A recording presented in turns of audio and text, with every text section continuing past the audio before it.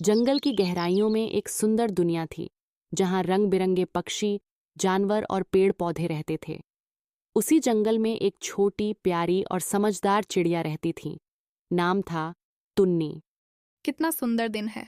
थोड़ी उड़ान भरती हूँ, फिर कुछ मीठे बेर खाऊंगी। टुन्नी मेहनती थी और सबकी मदद करती थी। सभी जानवर उसे पसंद करते थे। लेकिन उसी जंगल में रहता था एक और पक्षी, एक शैतान तोता। नाम था मिट्ठू। ही चलो किसी की नकल करते हैं। आज का शिकार कौन होगा? मिट्ठू को दूसरों की नकल करने, चिल्लाने और खाने की चीजें चुराने में बड़ा मजा आता था। मिट्ठू हर रोज सबको परेशान करता था। जंगल का शरीफ पक्षी उससे बहुत नाराज था। मिट्ठू जंगल में आते ही टोनी का घोंसला पर बैठ गया और टोनी को बोलने लगा। जल्दी मेरे लिए खाना लेकर आओ, नहीं तो मैं तुम्हारा घोंसला गिरा दूंगा।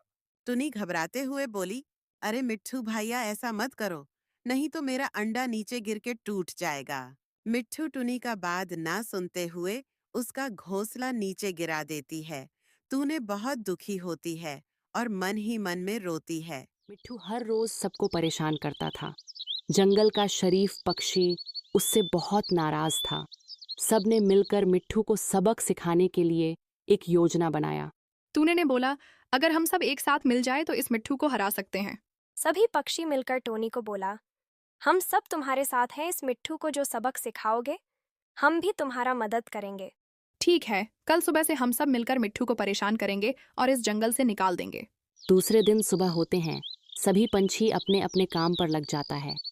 सभी पेड़ के ऊपर चुपके बैठ है और मिट्ठू का इंतजार करता है।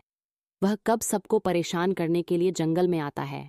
मिट्ठू जैसे जंगल के अंदर घुसा तो दूर से बुलबुल चिड़िया ने बोला, अरे सभी देखो, ये जंगल में कहाँ से काला कौवा आ गया है। इसको देखकर सुबह सुबह सबका मूड खराब हो जाएगा। कोई मत देखो इस काले कौवा को। जंगल के सभी चिड़िया मिट्ठू को देखकर हंस रहा था। मिट्ठू ने जैसे ही बुलबुल के बात सुनी, बहुत गुस्से में चिल्लाकर बोली, अरे ओ चिरकुट चिड़िया, तुझे दिखाई नहीं दे रहा है क्या काला कौवा हूं? ठीक से देखो, तुम्हारा नजार कमजोर हो गया है क्या? तोता में और कौवा में फर्क नहीं दिख रहा है? बुलबुल ने बोली। अरे सभी देखो रे, देखो एक काला कौवा खुद को मिट्ठू तोता बता रही है। उसको देखकर कहाँ हमारा मित्र तोता जैसा लग रहा है। ये तो एक नंबर का काला है। मिट्ठू सोच रहा है, क्या आज मैं सच में इन सबको काला दिख रहा हूं क्या? मिट्ठू उधर से सोचते सोचते निकल जाता है जंगल की ओर। थोड़ी दूर जाने के बाद रिमझिम चिड़िया ने चिल्ला के बोल, अरे ओ कालू कौवा, कहाँ जा रहे हो जंगल में? अकेले अकेले आज रास्ता भूल गए हो क्या? इतना काला कौवा तो जंगल का नहीं हो सकता है। तुम कहाँ से आए हो? कहीं तुम जंगल में चोरी के इरादा से आए हो? मिट्ठू सुनकर गुस्से में लाल होकर बोली, अरे ओ चिरकुट चिड़िया, तुझे दिखाई नहीं दे रहा है क्या काला कौवा हूं? ठीक से देखो। रिमझिम हंसते हुए बोली, अरे मिट्ठू भैया, आप हो। मैं सोचा जंगल में कहाँ से काला कौवा घुस गया। माफ करना भैया, मुझे कालू कौवा दिख रहे हो। दूर से अगर मेरे बात पर यकीन नहीं हो रहा है तो किसी को जाकर पूछ लो। मिट्ठू बहुत परेशान हो गया और मन ही मन में सोचने लगा, क्या मैं आज सबको काला कौवा नजर आ रहा हूं?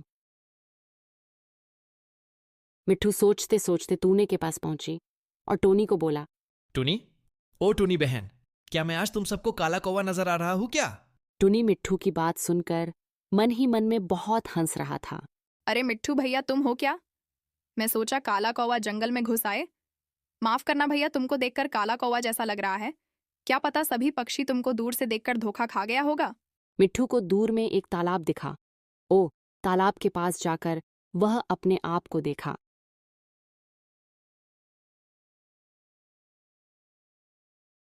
अरे मैं तो ठीक हूं, मैं तो कहीं से भी काला कौवा नहीं दिख रहा।